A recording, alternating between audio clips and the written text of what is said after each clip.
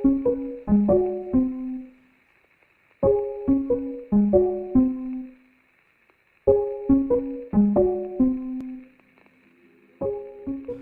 ouvintes! Sejam bem-vindos a mais um episódio do Story-se. Eu me chamo Julia Bart e hoje vamos falar sobre fofoca, briga de idoso e religião. Tudo isso em Conclave.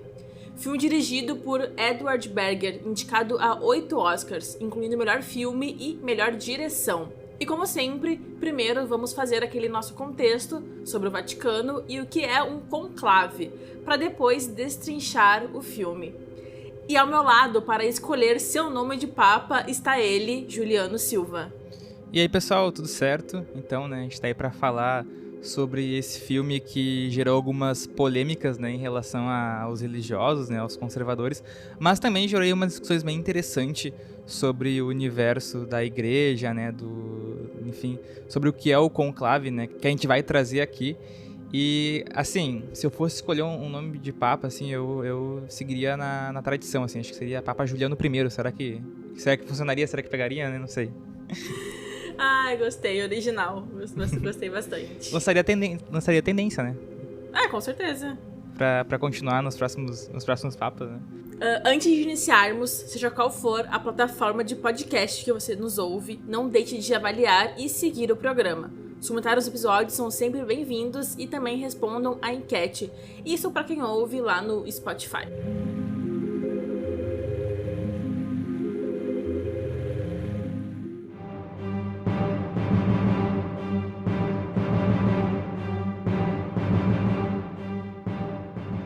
Então, depois de anos de conflitos entre o governo italiano e a Igreja Romana, principalmente pelas questões de terras e tudo mais, foi criado em 1929 o Estado do Vaticano, que, no caso, hoje é o menor país do mundo. E isso aconteceu devido ao Tratado de Latrão, que foi assinado entre o Papa Pio XI e o ditador Benito Mussolini.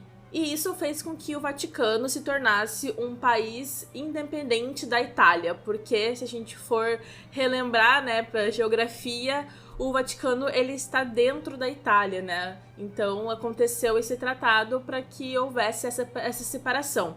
Além disso, no tratado, o Vaticano também recebeu uma indenização pela perda do seu território durante a unificação alemã. E, em contrapartida, a Igreja Católica teve de abrir mão das terras conquistadas na Idade Média e também teve que reconhecer Roma como a capital da Itália. Então, em 1947, o Tratado de Latrão passou a fazer parte da Constituição e o Papa teve que jurar neutralidade em todos os temas políticos que envolvesse o mundo, praticamente. E isso foi tão levado a sério que até durante a Segunda Guerra Mundial, a cidade do Vaticano, então, sobre a liderança do Papa Pio XII, permaneceu neutra. Eles não se envolveram durante a guerra e até mesmo quando as tropas alemãs estavam ocupando a cidade de Roma, a cidade do Vaticano não foi ocupada, para mostrar o quão respeitoso eles eram com a igreja, e quanto a igreja também se absteve de todo e qualquer conflito que existisse ali naqueles territórios, Esse é um recorte cronológico ali a partir de 1929, Mas, rapidamente, até para voltar um pouco, mas claro, não tanto, pra gente não ficar tanto nesse ponto, mas esse território que a igreja ela possuía, que era chamado, que essa base territorial, os estados pontifícios, que se chama, é interessante porque a igreja, recebeu esses territórios do rei Franco, chamado Pipino o Breve, em que ele conseguiu o território e aí na Itália ele acabou doando terras para o Papa Estevão II. Então, por isso que tem essa questão da disputa territorial e também o controle, sobre a região ali da Itália, porque ter territórios, acabava sendo estratégico, assim, nesse sentido. E também com o apoio do Sacro Império Romano Germânico, os papas eles vão querer ampliar o domínio sobre as áreas da Itália Central, para conseguir avançar nesse sentido territorial né, e se fortalecer, e também se tornando tanto, né, um papa ali que tem essa autoridade espiritual, mas também que vai relacionar muito com a política, né, que é o que a gente vai debater durante o episódio, e aí eles vão acabar tendo esse título tanto como quanto monarcas desses estados pontifícios e, né, relacionando com essa autoridade espiritual e política ao mesmo tempo nesse período ali. Eles recebem as terras no ano 700, né, durante esse período, e aí vai ter todo esse processo também de declínio, né, da perda de território, né, então vai ter a unificação da Itália em 1870, e, né, que estava comentando, né, que aí os estados vão ser incorporados ao reino da Itália, então vai ter essa disputa territorial, e aí surge o Tratado de Latrão para resolver todo esse problema. É interessante a gente também pensar como que esse surgimento do Vaticano que a gente está comentando meio que mobilizou praticamente uma região inteira. Porque, cara, imagina que a gente tem um país que é unificado, mas a gente tem esse chamariz que é a igreja, que é, de fato, um dos 4 poderes. As pessoas falam, não, só existe 3 poderes. Não, a igreja é um dos poderes, né? Então, meio que faz com que a Itália em si... Eu fico pensando, né? Porque como é que existe um país dentro de um país, né? Tipo, questões... Como é que se lida essas questões dentro do país? E, enfim, eles conseguem viver dessa forma, né? E tem a questão também que o Vaticano em si... a maioria das pessoas que moram lá que são pessoas que trabalham lá já, trabalham, no caso, para a igreja e fazem coisas ali já dentro, em relacionado à igreja. Então, é uma cidade que vive a sua fé, uma cidade, um país que vive muito a sua fé. Sim, né? Tipo, tu vai ver, pegar dados demográficos em relação ao Vaticano, ali, o dado que a gente tem de 2023 é que eles têm 764 pessoas, então, né, muito pouco, como tu falou, a maioria são pessoas que trabalham, né, em relação a esse universo da religião, né, esse universo do Vaticano, então, boa parte são membros da Guarda Suíça, que o Papa tem até hoje, que é uma guarda histórica, né, que eles mantêm, e, enfim, e também tem a questão da cidadania, né, porque poucos também vão ter a cidadania vaticana, porque ela não é adquirida por nascimento. Ela é concedida para aqueles que vão ter uma relação direta com a Santa Sé, que seria essa jurisdição, né, que controla, que governa, né, o Vaticano. Então, são, né, esses moradores que têm essa relação, né? Então, como, né, falou, né, parece meio complexo pensar um estado tão pequeno, né, dentro da Itália, né? Ainda mais vendo essas diversas disputas que tiveram durante o tempo. Sim, e eu também fico pensando como é que se dá essa relação entre o Vaticano e a Itália, porque se existe uma influência, sabe? Se eles se influenciam de alguma forma politicamente. Eu não sei nem se o Vaticano existe alguma coisa meio política dentro do país, né?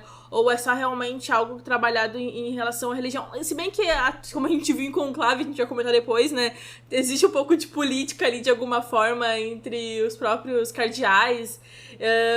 Mas eu acho muito curioso que existam esses países tão próximos um do outro e que não tenha nenhuma interferência. Eu acho que às vezes quando a gente tem países grandes, às vezes existe interferência, né, entre países, e aí existem esses 2 países que estão realmente, assim, muito perto um do outro e não tem nenhuma interferência. Até em relação à questão do contexto histórico, né, o Vaticano ele é um estado independente, então ele tem o Papa, né, que é o responsável pelo sentido pela Igreja Católica, né, por todos os católicos do mundo inteiro, né, então ele representa essa massa de pessoas, e aí eles têm o secretário de Estado, eles têm presidente do governo de alguma forma, e, né, hoje mantém uma relação saudável, né, porque não é como era antigamente os diversos conflitos que tinham, assim, mas eu acho que é isso, acho que de alguma forma a política tá ali e tanto o Vaticano, né, a questão da religião e da política,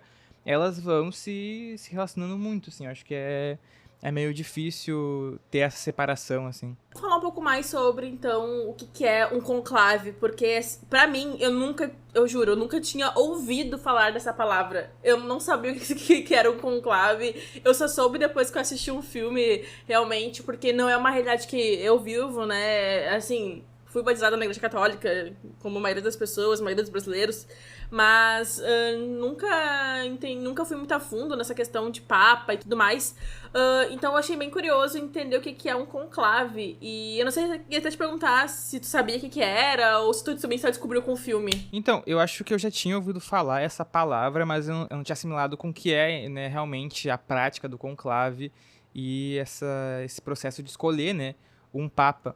Mas eu lembro do último que teve, então só não sabia que era esse o nome que dava, assim, acho que o nome do filme ser esse, né, acabou, enfim, trazendo mais curiosidade sobre esse evento, né, então, até na internet, assim, produção de conteúdo explicando, né, como é que funciona, como é que acontece, acho que acabou dando uma maior popularizada no termo. Sim, totalmente. E assim, pra quem não sabe o que é o conclave, a gente vai explicar agora o que significa, até pra... Quem viu o filme vai receber, mas tem pessoas ainda que não assistiram e tudo mais. Mas o conclave, ele é uma eleição realizada pela Igreja Católica para determinar a escolha do novo Papa, que é esse grande nome do catolicismo no mundo. Então o conclave, ele é realizado quando o Papa falece, ou quando também ele abdica de sua função, como já aconteceu, deixando vaga a posição do papado. E participam do conclave todos os cardeais que são considerados eleitores do Colégio de Cardeais. Atualmente, o conclave ele é formado por 120 cardeais que se reúnem na Capela Sistina, no Vaticano, para votar na escolha do novo Papa. A Igreja Católica ela determina que a pessoa eleita como Papa deve conquistar dois terços dos 120 votos disponíveis no conclave. E, como a gente viu no filme, também, como a gente também já viu na vida real, os cardeais eleitores, eles ficam completamente isolados e não podendo ter acesso a nenhum tipo de notícia sobre o que se passa no mundo durante o período da realização do conclave. E, no primeiro dia do conclave, é realizada uma eleição e, não havendo eleito com 2 terços dos votos, os cardeais eles ficam marcados de se reunir novamente no dia seguinte. Então, esse ciclo acaba se repetindo por 3 vezes, e se ainda não houver um vencedor, é tirado um dia para que os cardeais se reúnam em oração e em meditação. E todo esse ciclo se repete por até 7 vezes. Então, tem 7 vezes aí de oração, de meditação, para escolher o novo Papa. E depois disso, não havendo ainda eleito com 2 terços dos votos, a Igreja Católica ela determina que os 2 candidatos mais votados na última votação vão para uma disputa final, que se encerrará quando um deles receber aí todos os votos que precisa. E ao longo do conclave, a cada eleição, a Igreja Católica sinaliza aos fiéis se a eleição terminou com o Papa eleito ou não.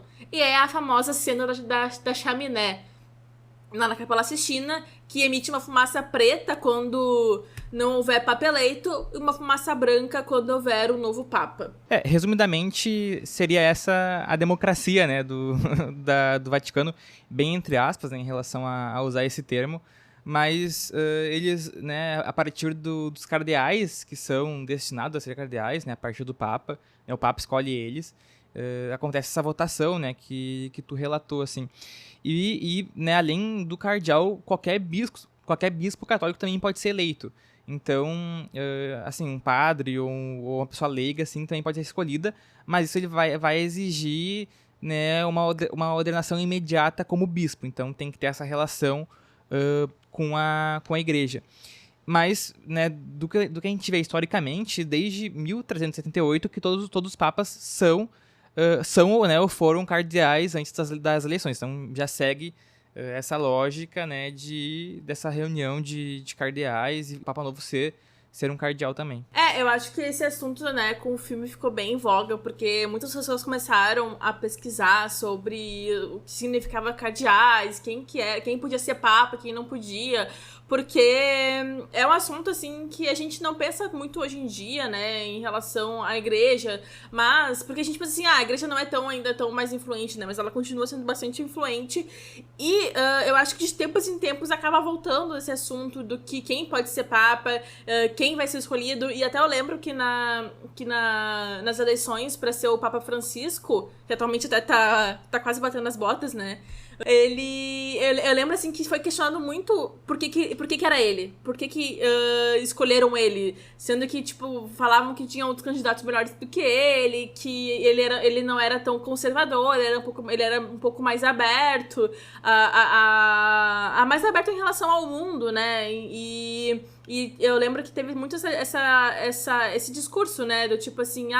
até a questão da origem dele foi levantada, né? Foi questionada por ele ser argentino e tudo mais. Então, como tu falou, é algo democrático, entre aspas, mas existe muita política em volta também, mas existe também muito uma questão de entender o momento do que o mundo tá passando, entender ali o que a igreja, o que os fiéis precisam nesse momento, qual representante eles precisam nesse momento. Levando em conta o ponto de o Papa, né, ser essa entidade, né, essa personalidade que vai representar e também liderar né, a massa de católicos, né, que seria quase 1 bilhão de católicos no mundo, assim, então acaba sendo uma personalidade conhecida mundialmente, né, então essa escolha de quem vai ser o Papa vai ter muita influência, né, sobre discussões sobre a questão da paz, pobreza e direitos humanos, questões ecológicas, tudo isso, né, dependendo de qual grupo, né, de Papa, né, o qual a ideologia do Papa também vai influenciar nessa visão, né, enquanto líder dos católicos, por isso que é algo tão relevante, assim, acho que a própria mídia global cobre muito o evento, torna, assim, né, um momento muito assistido, assim, acho que até as pessoas que não são religiosas param para né, para apreciar esse momento, porque acaba mudando, assim, muita perspectiva tanto da igreja católica, né, nesse sentido, da percepção do Papa, e também sobre as discussões que podem gerar, né, questões diplomáticas em relação ao Vaticano, também a relação com outros países e organizações, ela vai ter muita influência, assim, então ele acaba, né, sendo um momento que tem uma grande relevância, assim, no sentido mundial. Sim, como tu falou, praticamente vira um evento mundial, todo mundo vai assistir porque é o novo Papa, e assim, a mídia faz realmente uma cobertura gigantesca, as pessoas se deslocam pro Vaticano pra ver o que tá acontecendo, pra entender o que tá acontecendo, então é de fato um grande evento aí no mundo.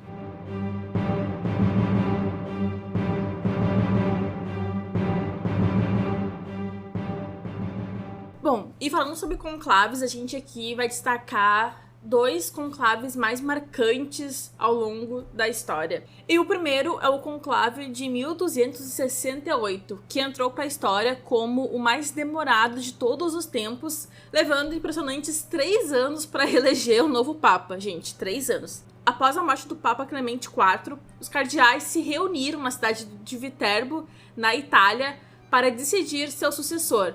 Mas aconteceu um impasse. Os cardeais eles estavam divididos entre facções rivais, principalmente entre franceses e italianos, o que dificultou qualquer consenso. E como ainda não era no Vaticano, era na Itália, né, os cidadãos da cidade ficaram impacientes com a demora e decidiram intervir. Primeiro eles trancaram os cardeais no palácio episcopal, esperando forçá-los a uma decisão mais rápida. Mas quando continuou o impasse, eles removeram o telhado do local. Ainda assim, a eleição não avançava, eles não conseguiam se decidir. Então, como último recurso, os cidadãos eles restringiram a alimentação dos cardeais apenas a pão e água, tornando a situação insustentável. E somente depois de todo esse sofrimento e pressão, os cardeais finalmente chegaram a um acordo e elegeram Teobaldo Visconti, que nem sequer era cardeal na época. Ele estava em uma missão diplomática na Terra Santa quando soube de sua eleição. Ao retornar, ele assumiu o trono papal como Papa Gregório X. E para evitar que outro conclave tão longo acontecesse, ele instituiu regras mais rígidas para o processo de escolha do novo Papa. Gente, 3 anos pra escolher um homem, pelo amor de Deus, não dá. Esse conclave, né, de 1268, ele acaba sendo marcante, assim, nessa história, assim, desse processo de votação, né, que vai surgir, né, ao longo da história, porque ele vai propor essas mudanças significativas, né, para a eleição dos papas, assim. Então, essas medidas que vão ser implementadas pelo Gregório X, né, como os isolamentos cardeais, a progressiva restrição de comida, de ficar confortável, vai no futuro servir como base para o sistema que a gente conhece hoje, esse sistema oficial do conclave, porque, né, ainda com o tempo vai ter adaptações, né, ao longo dos séculos, mas meio que a essência desse método acaba surgindo nesse período também, né, porque nessa forma de tentar fazer com que os cardeais consigam escolher o Papa, né, de uma forma mais rápido e dinâmico, né, e que também cheguem a um consenso, ele meio que teve que colocar, né, essas dificuldades, assim, para que eles, né, pensem em decidir logo, né, em vez de ficar passando tempos e tempos lá, né. Eu acho que, na verdade, os cidadãos ali da Itália, de Viterbo, eles praticamente criaram o que seria depois o conclave, né, porque... Cara, eles fizeram de tudo pra forçar que eles se escolhessem rápido. E aí, o que eu acho interessante nessa história também é que já mostra como existia essa divisão dentro dos cardeais entre nacionalidades. Então, os franceses e os italianos, eles estavam contra o outro. Cada um queria escolher o seu. Então, já mostra que, às vezes, nem é algo assim tão religioso, né? Já torna algo político. Bem isso, né? E pra complementar essa história que tu trouxe, eu vou falar do conclave mais curto da história, que é o conclave de 1503. Ele foi o mais rápido de todos e ele aconteceu após a morte do Papa Pio III, e aí os cardeais eles levaram apenas algumas horas para eleger o sucessor, que acabou sendo o Giuliano della Rovere, que assumiu como Papa Júlio II, enquanto, né, antes de ser Papa, ele já era uma personalidade, ele já era um dos homens mais poderosos da igreja na época, e também ele tinha grande influência entre os cardeais, então ele vinha já cultivando alianças políticas há anos, então, na prática, a eleição já estava decidida antes mesmo do conclave começar, e isso acaba sendo muito comum, né, acho que em outras experiências de conclave a gente vai ver, né, sempre vai ter uma personalidade ou alguém que é visto, que está sendo mais visto ali. Acho que hoje em dia a gente tem a questão da mídia, né, que fala muito sobre isso. Então, caso, né, for acontecer um outro conclave, ou até o último que foi de 2013, tinha já essa percepção dos queridinhos, né, de quem poderia ali assumir enquanto Papa. E aí o Júlio II ele ficou conhecido como Papa Guerreiro, porque ele passou grande parte do seu pontificado envolvendo em batalhas, disputas territoriais, que se relaciona com o contexto que a gente trouxe, e ele também foi um dos responsáveis pela construção da Basílica de São Pedro, e ficou famoso pelo apoio às artes, sendo o Papa que também encomendou a pintura do teto da Capela Sistina do Michelangelo, né? Então, ele aí tem alguns grandes marcos, assim, além de ser o Papa que foi votado no período mais curto da história. Sim, é essa questão que a gente tá falando das alianças políticas, é algo que também se liga muito ao filme, de tu precisar ter amigos. Tu precisa ter amigos pra se eleger. E também o quanto esses cardeais, eles estão empenhados em uma campanha política realmente pra se fazer valer e pra ser eleito. Porque a gente, de novo, essa questão da religião, a gente tá falando assim, religião, algo espiritual, algo da fé, mas são homens, é bom lembrar isso sempre, né? São homens que querem o poder. Então, assim, o Papa Júlio II é bem isso, assim, ele tinha esse poder, ele ficou famoso por conta disso, e ele cultivou essas alianças a ponto de conseguir ser o Papa. Então imagina o quanto que o cara fez ali por fora, né, por baixo dos panos pra conseguir esse título.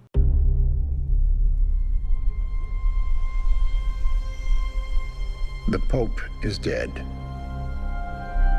The throne is vacant.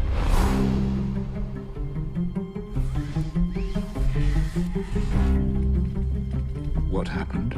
They say a heart attack. You know how rumor spreads, and 1.25 billion souls watching.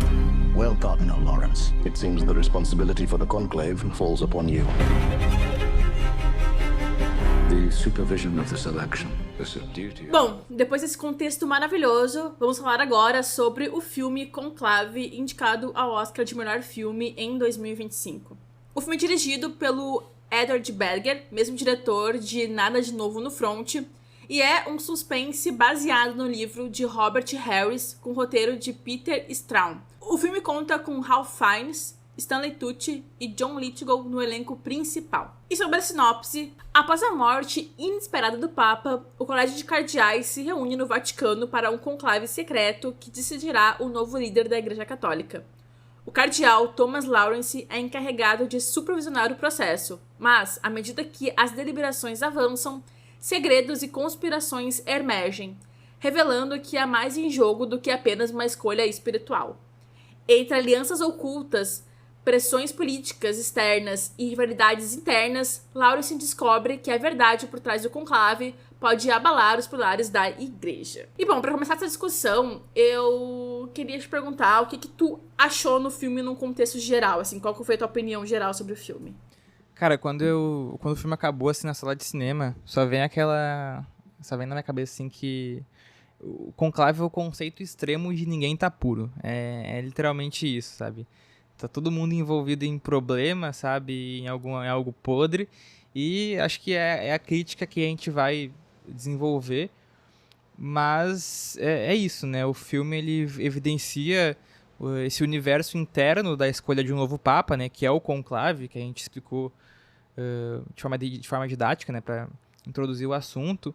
E também faz uma denúncia a esse sistema, que é um sistema politicamente fragmentado, é corrompido, né? E é possível de falhas. Eu acho que citar, né, dois conclaves, tanto o mais longo quanto o mais curto, se relaciona muito com isso, né? De evidenciar que às vezes não é só uma questão religiosa. É claro que eles têm todo né, com o tempo eles foram criando e construindo, lapidando o que é o conclave, enquanto um rito, né, litúrgico de alguma forma, mas foi a sensação, né, dessa denúncia que o filme faz, assim. E tirando a aflição, né, que dá, que parece que é um thriller, é um thriller religioso quase, né, não religioso, mas enfim, porque o filme ele te coloca muito numa sensação de suspense, assim, porque a gente vai acompanhar o Lawrence, que é o personagem principal, ele tá ali na busca de segredos, né, e ele tá ali ele tá tentando revelar coisas que nem ele quer saber. Então a gente fica muito aflito, assim, eu acredito que, não sei se foi a mesma sensação que tu sentiu, mas boa parte do filme foi essa aflição de não saber o que ia acontecer, né? Isso aí. Sim, o filme me deixou muito instigado, eu acho que é a palavra. Porque ele, de fato, é um thriller, um suspense. E a cada cena, o que acontecia, eu ficava assim, pensando, caramba, o que isso vai levar? Aonde que isso vai levar? Cada coisa que o Lawrence ia descobrindo sobre os cardeais, eu ficava super instigada pra saber o que era o próximo passo, o que ia acontecer. E tu falou uma coisa muito importante, que ele vai descobrindo, vai indo atrás de coisas que ele não quer saber. Mas ele precisa saber porque é o trabalho dele. O Papa ali que morreu, ele encarregou ele desse trabalho. E eu acho que, assim, é algo que ele também não queria fazer pra ele mesmo, porque se a gente for pensar um pouco, falando agora um pouco sobre a questão do personagem do Lawrence, né, que ele é o protagonista da história, mas existem outros cardeais, esse filme tem um elenco incrível também, mas como ele é o protagonista, a gente vê muito ele, a gente entende muito quais são as nuances dele. Porque ao mesmo tempo que ele tá ali na igreja, em que ele tem a fé dele, ele também duvida muito da fé dele. E ele se coloca muito em dúvida se aquilo ali é de fato que ele quer. Ele até fala que ele quer sair da igreja, que ele quer sair dali do Vaticano, que ele quer ir pra outro lugar. Então, ele é um personagem bastante interessante da gente ir acompanhando, porque ele tem essa missão ingrata, praticamente, que é uma missão que ele não quer, mas ele tá ali. E falando assim, o que ele faz, né, ele é a pessoa que tá gerenciando, ele é a pessoa que tá organizando o conclave, que tá... E além disso, ele também tem um favorito, então ele também tá organizando ali uma coisa mais secreta, né, umas reuniões mais secretas em volta do favorito dele. E esse filme como um todo, a minha impressão é que eu gostei do filme, de verdade, assim, eu vi também no cinema, e eu achei interessante que, apesar de ser um filme de suspense, muitas pessoas, em alguns momentos, em algumas cenas, muitas pessoas começaram a rir, sabe, de algumas coisas que aconteciam, porque ele é pouco cômico, né, ele brinca com um pouco da comédia, ele traz um pouco de leveza em algumas partes, assim, muito pra fazer esse contraste. Porque é um tema bastante tenso, de escolher esse novo representante, que a gente já falou aqui, que é pra milhares de pessoas. Então, assim, se o filme fosse algo super sisudo, se ele fosse pesado, eu acho que ele não teria uma mensagem tão potente como ele tem, sendo um filme um pouco mais leve em alguns momentos, sabe? Sim, eu acho que eu tenho essa mesma visão, assim, em relação ao Lawrence, porque eu acho que ele é um personagem muito complexo, ele tem uma grande complexidade, e tanto por se tratar de um debate religioso, né, tu vai ver ali, então, ele é o responsável pelo conclave, ele é, digamos que ele é a personalidade mais importante naquele momento, ele que vai ter que fazer acontecer, né, a votação dos papas, organizar. Só que no meio desse processo, o filme já inicia ele relatando que ele estava com questionamentos em relação à fé, que ele não conseguia mais rezar, né? Ele diz isso, que ele não conseguia parar e fazer o momento da oração, assim. Então ele já tinha questionamentos, e aí ele acaba sendo esse responsável por gerir, né, o conclave, e aí nesse processo ele vê que todo mundo ali que é um possível papa é corrompido, né? Só que é isso, eles estão, né, trancafiados, eles não podem sair daquele local, e aí ele vai nessa missão, né, de tentar fazer com que pelo menos o próximo papa honre o que foi o último, né? A gente não sabe muito bem do papa que morre ali na história, a história é fictícia, né? Mas o que dá a entender é que o Lawrence, ele quer, né, dar seguimento, né, ao que foi, né, o último papa, assim. E muito de uma visão, né, dele, assim, inicial, né, ele tem o grupo político dele, como tu comentou, assim como, né, é comum, né, todo mundo, a gente vê esses grupos, né, eu gosto muito de uma cena que pra mim foi bem marcante, assim, do filme, que é um pouco antes do conclave iniciar, a gente tem uma cena que a câmera ela sobe pela nuca do Lawrence, enquanto ele tá numa parte alta, vendo o pátio, né, ali do local, e aí tá os cardeais divididos em grupos, cada um com seu... Eles ficam em grupos em relação à nacionalidade, né, porque, enfim, vai ter essa limitação da língua, do país, enfim, e também da ideologia. Então a gente vê vários grupos, né, então a gente vê ali que a igreja ela não é uma só, né, a igreja, o filme mostra, é fragmentado, porque são grupos, os cardeais, e cada um com o seu grupo político, né. Então a gente vê o Lawrence, né, tendo relação com cada um do grupo, a gente tem ali o conservador, né, o mais progressista, o liberal, o que vai voltar eras, assim, em relação ao que a igreja conseguiu avançar. Então, e ao mesmo tempo ele quer dar continuidade aos ideais do último papa, assim. Então, essa complexidade que o filme desenvolve, assim, ela é, assim, acho que ele é o principal, ela é a alma do filme. Então, acho que o Lawrence, ele é um grande personagem.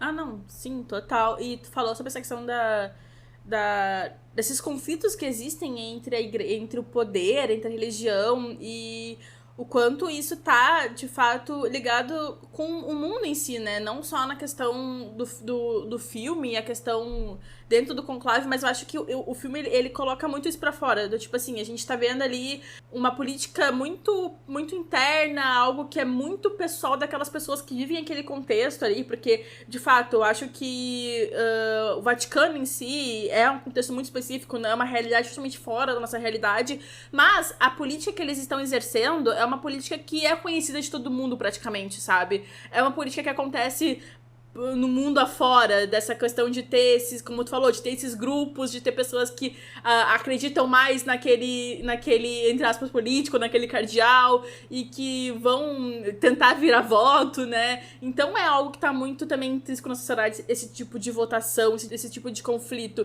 E eu acho que o filme também expressa muito bem isso, sabe? Tu falou sobre a cena, né, do Lawrence. É uma cena muito interessante, porque tem até uma parte que um personagem, ele comenta, né, que o Lawrence fala, não, a gente tá aqui nesse lugar e tem pessoas de todas as nacionalidades, todo mundo aqui fala diferentes línguas, todo mundo se comunica.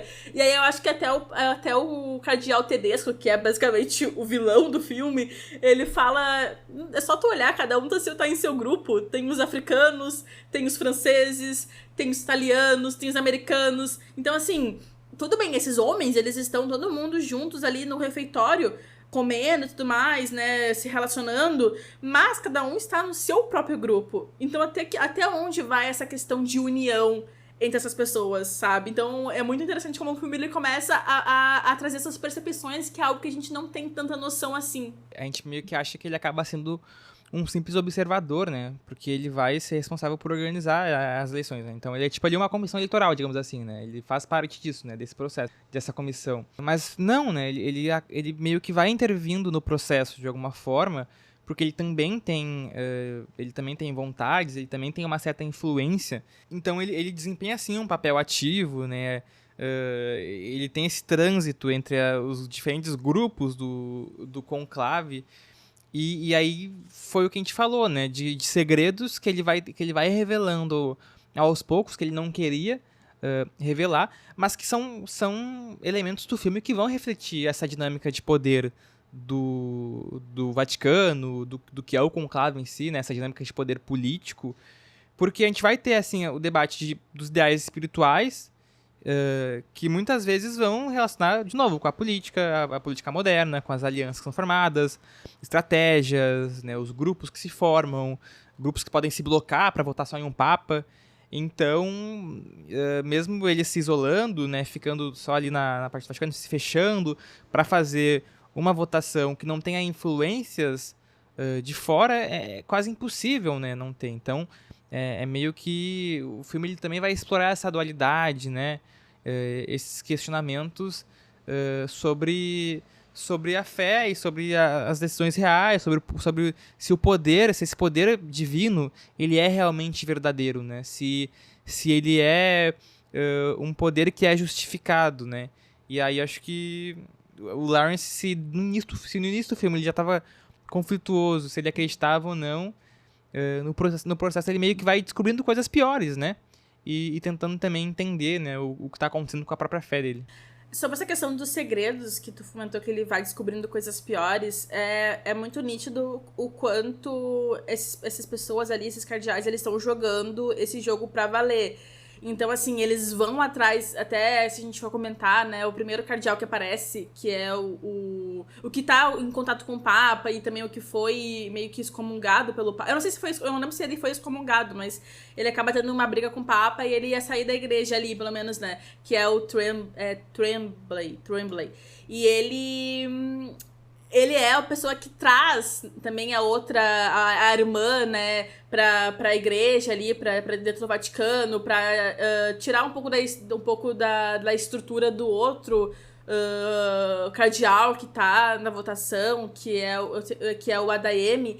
E, assim, já mostra que tem essa questão de um tentar minar o outro. Do tipo assim, vou fazer com que você não seja escolhido, vou trazer... E eu fico pensando assim, claro que essas coisas... Gente, nunca... Assim, será que acontece? Não sei, eu fico muito nessa vibe, assim, sabe? Será que isso realmente acontece? Não duvido, né? Porque, como a gente falou, é uma questão política muito forte.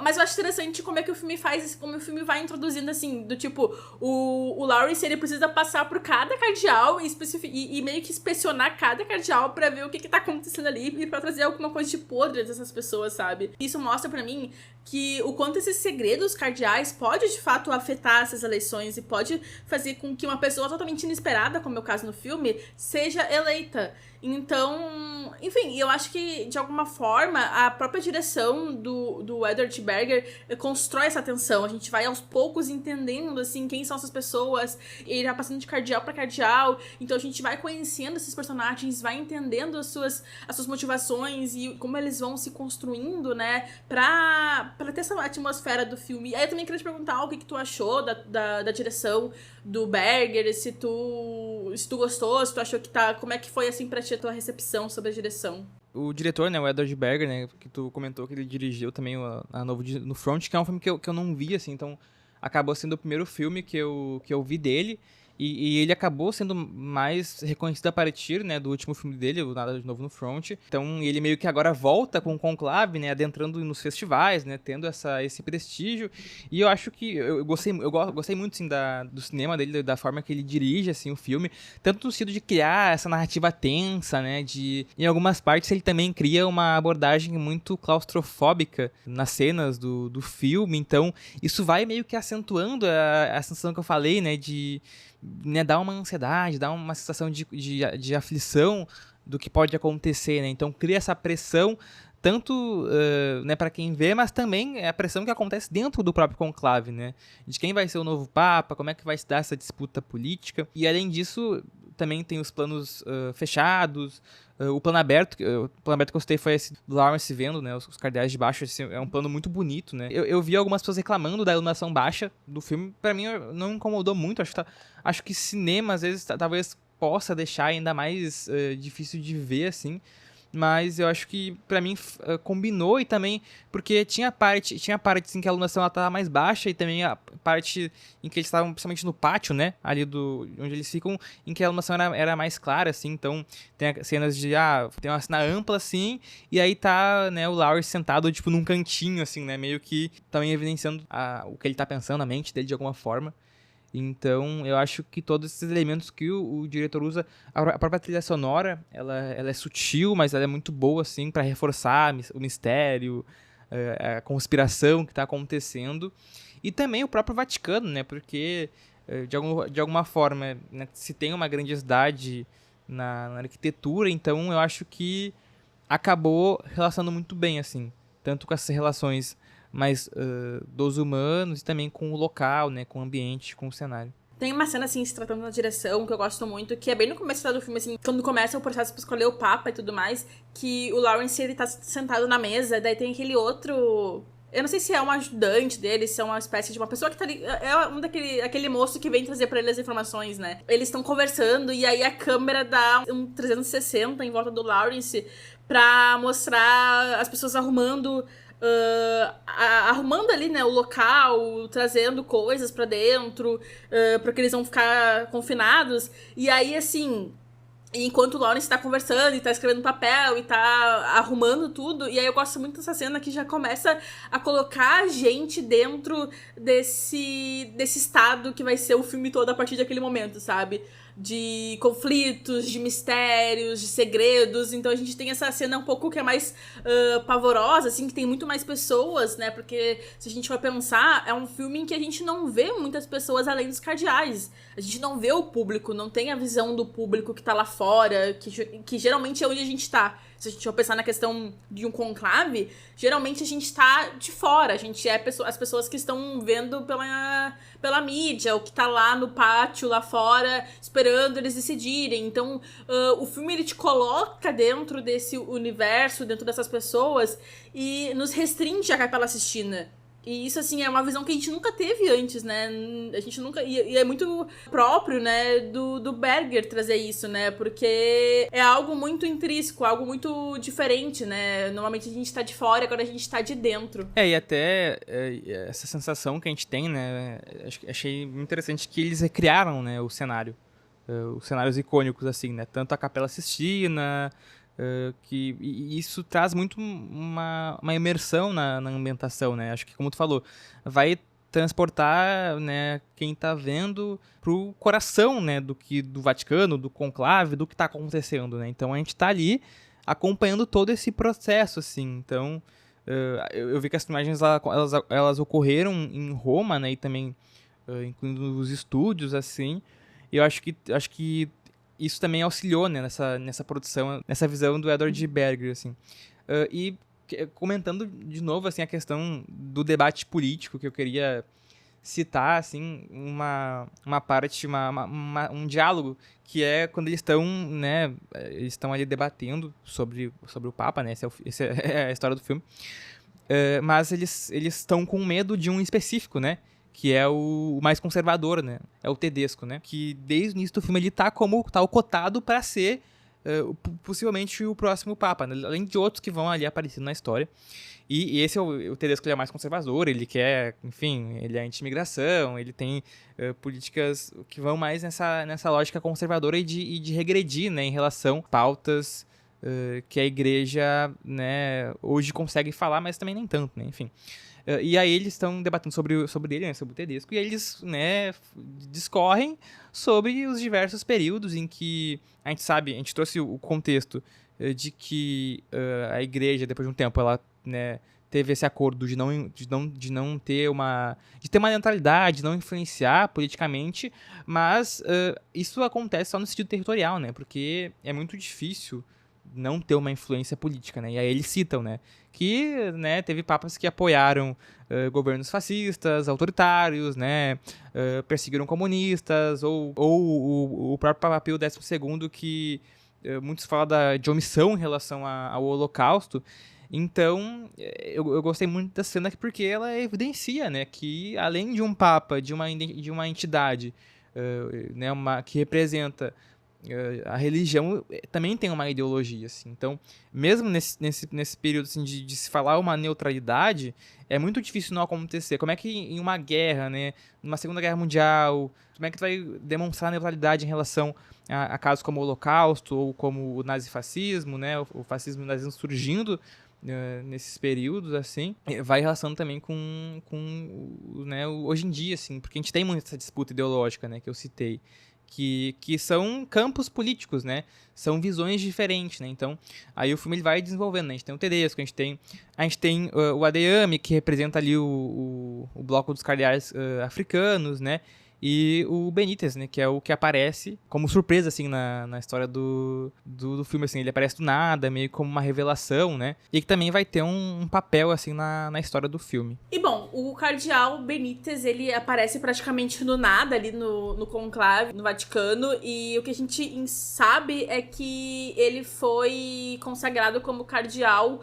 um pouco antes do Papa falecer, então ele aparece meio de surpresa, ninguém tava esperando ele, e aí o Lawrence meio que se encarrega de trazer ele pra esse universo, de meio que mostrar como é que esse mundo funciona pra ele, mas eu acho que o Benítez, ele começa muito como um observador, ele tá ali mais pra observar e pra entender o que tá acontecendo, né, e pra entender quem são essas pessoas, como esses homens operam. É muito interessante que na cena em que ele chega lá no refeitório, que o refeitório também é uma parte muito importante do filme, né, onde eles estão comendo e tudo mais, que ele pede pro Benítez fazer a oração, e aí depois que ele faz a oração, o Benítez agradece as irmãs, né, as freiras que estavam ali fazendo a comida, porque praticamente elas estão ali, elas estão presentes, mas elas são invisíveis no filme, e ele parece ser a única pessoa, é a primeira pessoa que agradece a elas, então é até interessante que a irmã Agnes, que quem faz ela é a Isabella Rossellini, ela dá meio que um sorrisinho de canto, né, porque imagina, essas mulheres estão ali, estão vivendo aquela realidade junto daqueles homens, mas elas não são reconhecidas. Então, e depois que o Benítez, ele faz ali a oração, ele vai pro cantinho ali do pessoal que é espanhol, que tá falando espanhol, que são os mexicanos, tem mexicanos e tudo mais, né, porque ele é de origem mexicana. Eu acho ele um personagem muito interessante, porque ele tá sempre parecendo que tá à margem ali, sabe? Ele tá mais observando aquelas pessoas, observando aqueles homens, e ele interfere muito pouco, sabe? E aí a gente vê mais no final ele falando naquela cena em que tá todo mundo reunido e ele começa a contar um pouco sobre o que ele acha daquelas pessoas de fato, né? Mas enfim, eu acho que o filme praticamente constrói, né? É um pouco nítido que no final ele vai ser o Papa. Pra mim, assim, não tem muita surpresa em relação a isso. Eu acho que fica um pouco até batido em relação... Acho que talvez seja a minha única ressalva do filme, porque podia ter um pouco mais de mistério, podia não ser tão na cara, assim, sabe? Eu não sei se pra ti é algo que fica tão nítido ou não. Pior que pra mim, eu não tenho muito problema em relação a isso, assim, porque, como eu falei, eu acabei vendo no cinema o filme, então acho que a aflição e o suspense do filme não fizeram eu parar pra pensar que, vou pensar que quem seria o Papa, sabe? Acho que, de alguma forma, talvez eu já sabia que seria ele, mas pra mim não foi uma preocupação, sabe? Tipo, eu já bati o martelo que é ele, sabe? Não gostei, assim. Então, eu não acabei pensando muito nisso, assim. Claro que ainda ficava aquele jogo político de quem seria. Eu acho que sim, acho que o filme poderia surpreender, sendo alguém, né, um conservador. Mas também o filme vai construindo para a imagem do Benítez, né? Porque, como tu falou, ele surge como esse observador, meio que ele evidencia que ele não quer ser um papa, que ele tipo assim, tá participando do processo, mas não é o foco dele, né? Como tu comentou, ele traz uma visão totalmente diferente, assim, ele participou de missões em regiões de conflito, ele foi ordenado secretamente pelo papa que morreu em Cabul, no Afeganistão, e aí ele tem uma visão muito mais humana sobre as coisas, né? Por ele ter essa experiência desse apoio em regiões de guerra, assim. E ele chega, né, dessa forma inesperada, né? E ele acaba sendo muito um personagem muito misterioso, assim, de início. Então, também a partir das outras disputas que o filme demonstra, às vezes a gente meio que esquece que ele tá ali, porque de início ele não tá nos debates centrais, assim, nas disputas centrais. Eu gosto que no final é ele, sabe? Eu acho que é legal essa construção de narrativa do roteiro, de que a gente vai vendo esse homem que tá como observador, mas que aos poucos vai se mostrando mais, e nem tanto assim, né? Porque ele começa, toda a eleição ele vota no Lawrence, porque ele acha que o Lawrence é o mais indicado pra ser o Papa. Eu não sinto que ele tem nenhuma pretensão pra ser o Papa, sabe? Ele não tem essa vontade de poder, esse objetivo, né? Então ele tá ali realmente pra observar e pra entender como é que funciona e de alguma forma ele se torna o Papa porque ele é a pessoa com menos vontade, né? E aí tem esse discurso, né, que os que não querem ser é os que tem que ser. E aí eu acho que a gente se engane um pouco em relação ao Lawrence, porque ele também fala que ele não queria ser, que ele nem queria ter que ele nunca pensou em ter um nome, né, de Papa. Mas a gente sabe que não, né? A gente sabe que, de alguma forma, ele também tinha essa vontade, mesmo que seja no âmago dele, mesmo que ele nem percebesse que ele tinha essa vontade. Até interessante lembrar que, de início, né, eles tinham como aposta o Cardeal Bellini, né? Que poderia ter uma visão que seguiria, né, uma lógica não tão progressista, né? E aí, com o decorrer do filme, eles vão abandonando. A gente depois descobre que o Bellini também é um merda, né? Que também eles têm um certo tensionamento, ele e o Lawrence, né? E aí até que o Lawrence vai ser considerado aí para ser o possível Papa. E aí tem esse debate, né? De que os que não têm a pretensão seriam os melhores, né? E aí tu falou da escolha do nome do Papa. Tem esse diálogo, né, que o Lawrence está falando com o Bellini, e aí eles estão falando de se o Lawrence já teria pensado em qual é o nome dele. E essa questão da igreja, dos papas, é muito interessante, porque, como a gente comentou brevemente, assim, o nome do Papa, né, ele é inspirado em santos, né, em papas anteriores, e também relaciona com um Papa que tu gostaria de ser, né, tu gostaria de manter aquela mesma linha, assim, de pensamento. Então, a gente tem um exemplo do Francisco, né, que escolheu esse nome inspirado em São Francisco de Assis, simbolizando humildade e atenção aos pobres. Então, o Papa, ele escolhe esse nome, né, alinhado a uma personalidade do passado, também que vai relacionar a sua política, né, no presente e no futuro, assim. Acho legal essa parte, porque o Lawrence questiona, né, se ele... realmente, ele fala que ele nunca, né, pensou em um nome, né, e depois ele decide um nome, mas, né, ele acaba não sendo o escolhido. Por um momento eu até pensei que ele poderia ter sido escolhido, né? Mas eu acho que é bem mais assim, sei lá, um pouco mais no começo do filme, assim, quando a gente ainda não conhece a figura do Benítez. Então eu acho que, pelo menos no comecinho ali, parecia que ia ser o Lawrence, mas depois, de fato, foi se construído por Benítez. O que eu acho que é interessante, né? Porque traz essa figura de fora, que não tá inserida naquele contexto, pra ser o líder religioso. Então ele não tá corrompido, praticamente, né? Ele não tem essa vontade de poder.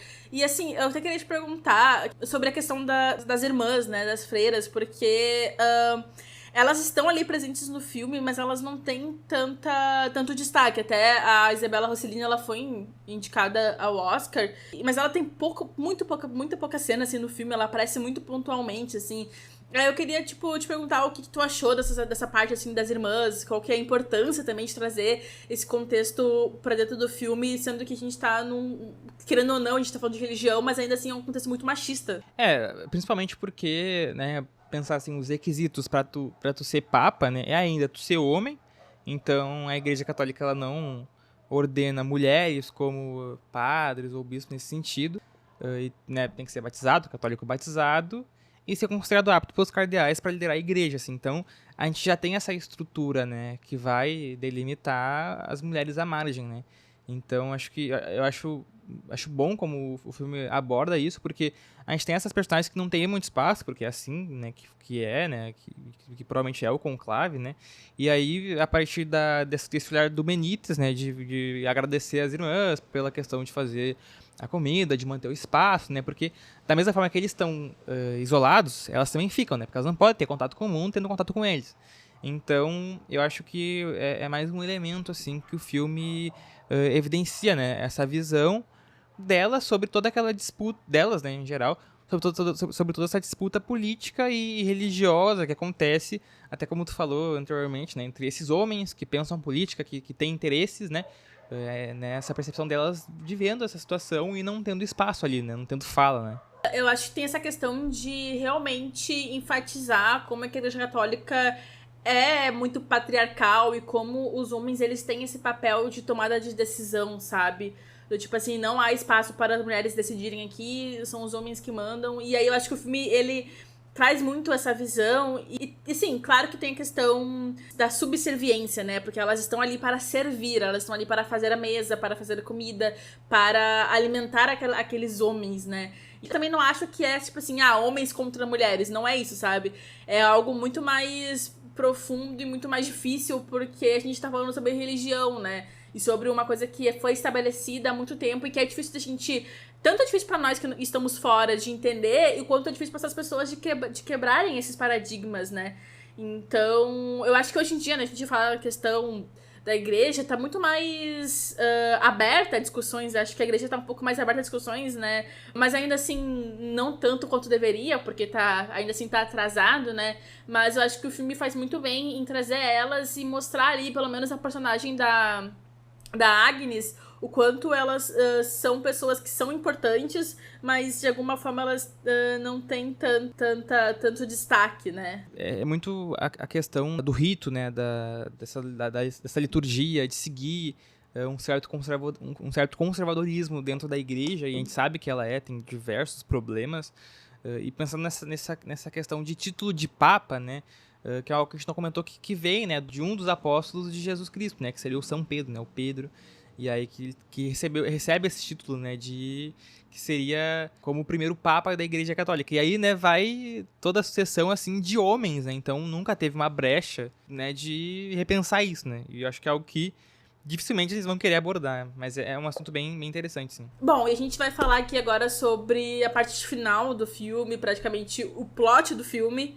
Então, o que acontece, né? O Benítez, ele é eleito o Papa pela maioria dos votos, mas no final do filme, ali, quando a gente já pensa que tá tudo resolvido, é isso aí, todo mundo tá feliz, né? Vai acabar... Não, tem mais um segredo ali pro Laurence desvendar, e nem que é um segredo, né, porque eu acho que o Benítez nem faz questão de esconder. Então, o que a gente descobre é que o Benítez, ele é intersexo, no caso ele nasceu com útero, mas ele também teve hormônios masculinos, mas ele foi criado como um homem e seguiu sua vocação religiosa dessa forma.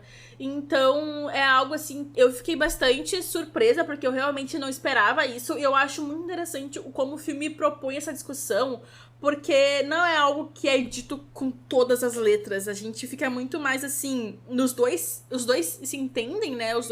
O Laurence acaba conversando com o Benítez, entendendo a situação dele. E aí o Benítez também, sem nenhuma vergonha, sem nenhum... totalmente desprendido da situação, ele fala o que ele pensa, o que ele acha, né? Ele diz que o importante pra ele é a sua ligação com a religião, independente de qualquer coisa.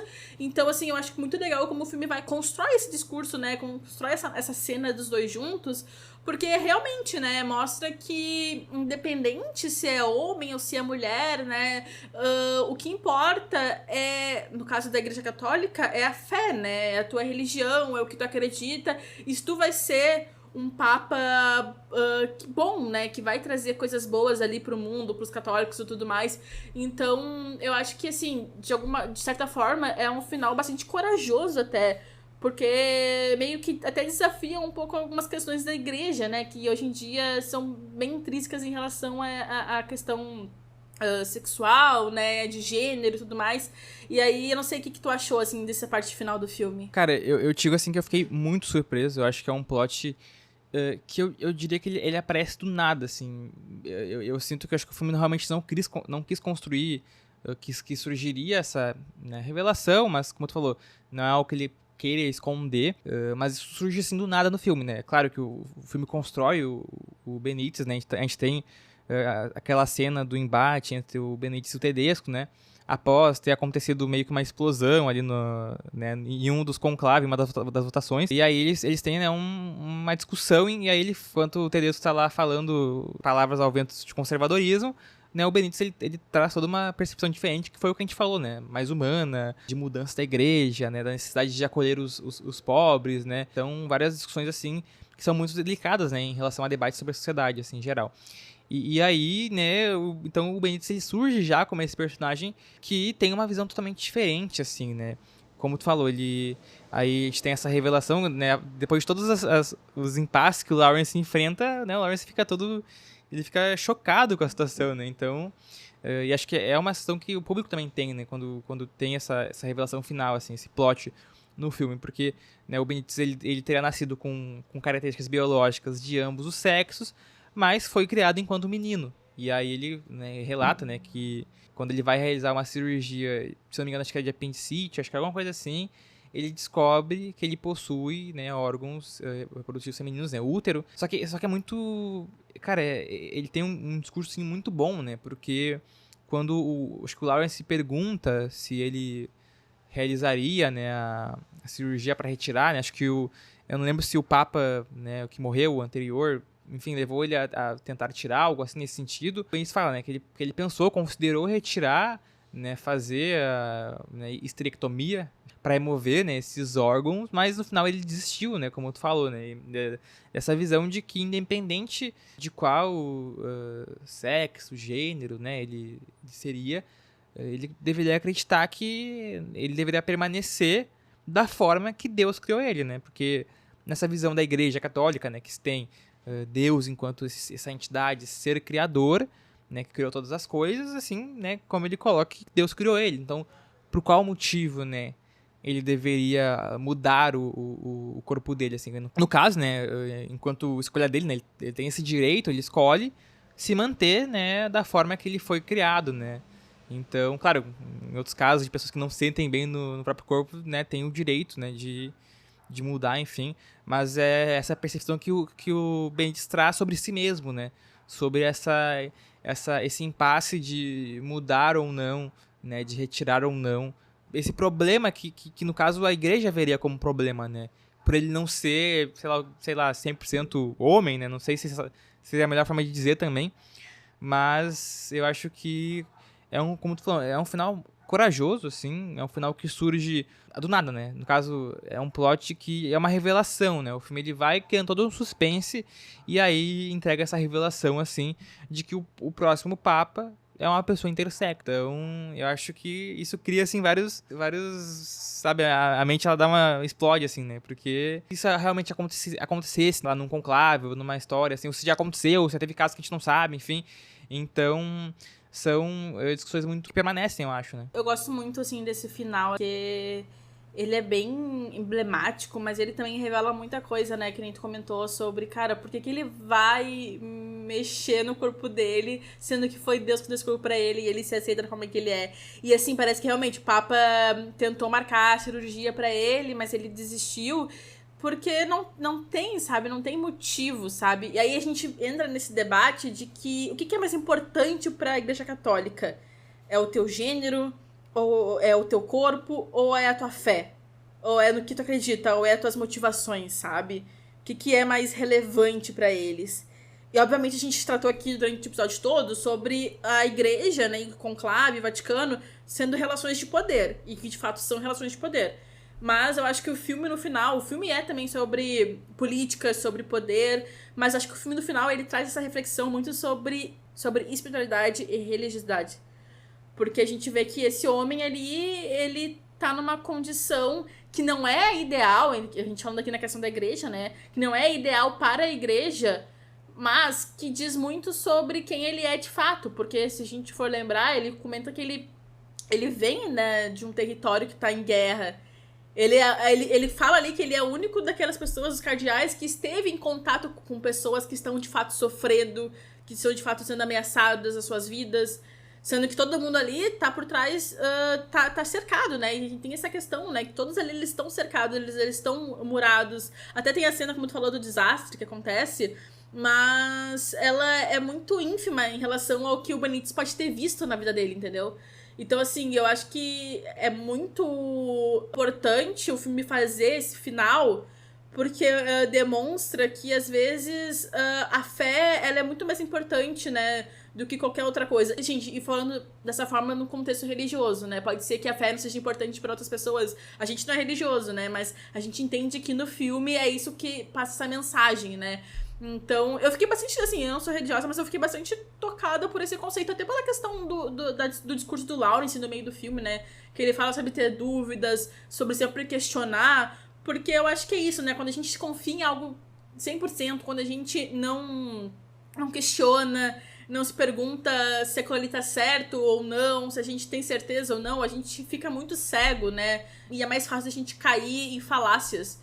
Então, eu acho que o filme ele traz essa mensagem muito forte e que se propaga muito com esse final. Eu, assim, tenho essa mesma visão que tu, nesse sentido da questão da religiosidade, assim, porque eu acho que o filme ele tem diversos diálogos, né, e falas muito boas, assim, tanto do Benítez quanto do Lawrence. Essa que tu citou, assim, pra mim, acho que ela é bem marcante, assim, eu tava até relembrando ela esses dias, dessa fala em que ele fala, né, desculpa a redundância, mas de dizer que não existe a fé sem o mistério, né?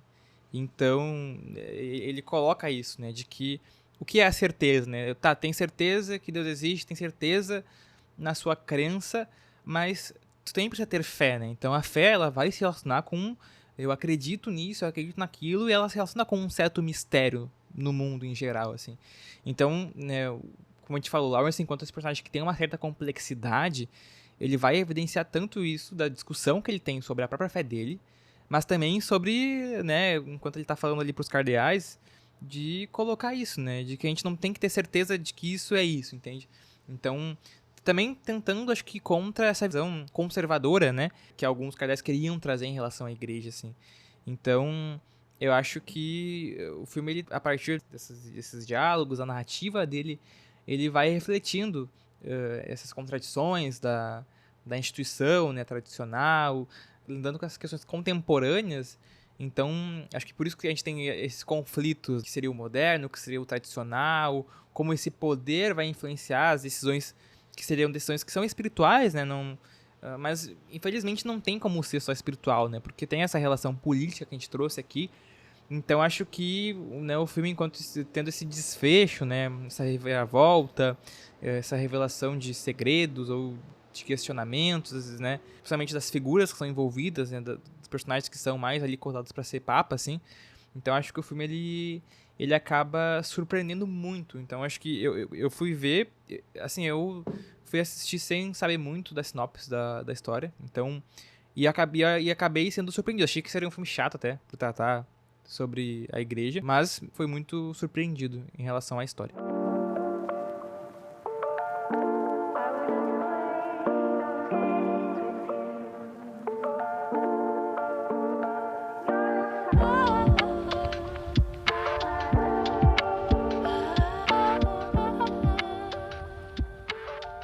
Então, chegamos ao final de mais um episódio do Story-se. E não se esqueçam que esse episódio ele é um recorte, e claro que muitas coisas interessantes e relevantes ficaram de fora. E as referências e sugestões estarão na descrição. E nesse episódio a gente comentou sobre o que é o Vaticano, também sobre o que é um conclave, que apesar de ser algo que tá muito intrínseco na nossa sociedade, eu, né, e acho que muitas pessoas não tinham tanta noção sobre como que funcionava e quais eram os pormenores dessa reunião aí de cardeais da igreja, de homens tementes a Deus, né, fiéis a Deus. E a gente também falou sobre o filme Conclave, que é um filme, sim, na minha percepção, incrível. Eu realmente amei muito esse filme. Eu acho que ele traz discursos e temas totalmente importantes para a nossa sociedade de hoje em dia, no momento que a gente está vivendo bastante do extremismo religioso, da religião cega, de acreditar sem questionar, de achar que a nossa religião, né, é muito melhor do que a religião do outro. Então eu acho que ele faz um serviço muito interessante da gente realmente sentar e questionar e ver se essas pessoas realmente são todas santas, assim, né? Se ninguém é corrompido. Porque, assim, tudo bem até ser um pouco corrompido, né? Mas eu acho que a gente tem que talvez admitir isso, né? Que a gente não é tudo isso, sabe? A humanidade não é tudo isso que a gente acha que a gente é. Então eu gosto muito do filme, como ele faz esse debate e traz esse debate mais pro algo mais mundano e muito mais relacionado à sociedade em si do que deixando esses homens lá nos seus patamares, olhando a sociedade de cima, né? Então é isso, assim, eu gostei muito de fazer esse episódio. E tu, me diz aí. O filme foi uma boa experiência, assim, eu acho que ele acabou trazendo bastante reflexões, principalmente sobre o que a gente comentou, das falas, da narrativa, do que o propõe, né, do discurso que propõe. Eu gosto muito desses debates políticos, assim, né, fazer essas reflexões sobre uma linha mais progressista, uma linha mais conservadora.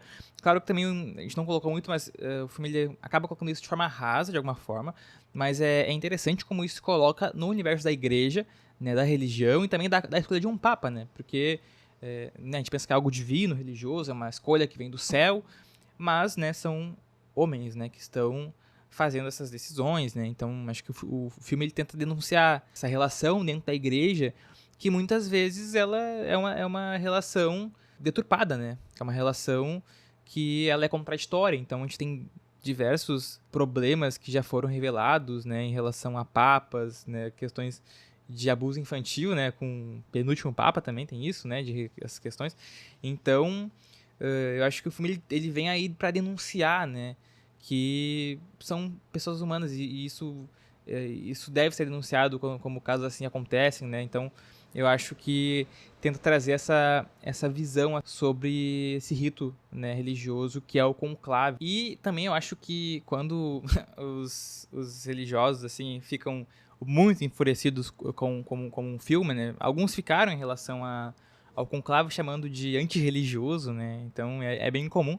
Eu vou só recomendar 2 filmes que também têm uma relação próxima com o Vaticano, Igreja, Papa, que é Os Dois Papas, né? Que é um filme dirigido por um brasileiro, né? Que é o Fernando Meirelles, então que retrata ali a relação do Papa Francisco e o Papa Bento, né, que foi o penúltimo Papa, e também O Nome da Rosa, que também né, tem essa discussão sobre a igreja, sobre demonstrar a igreja enquanto uma entidade repressiva, que usa o medo, censura.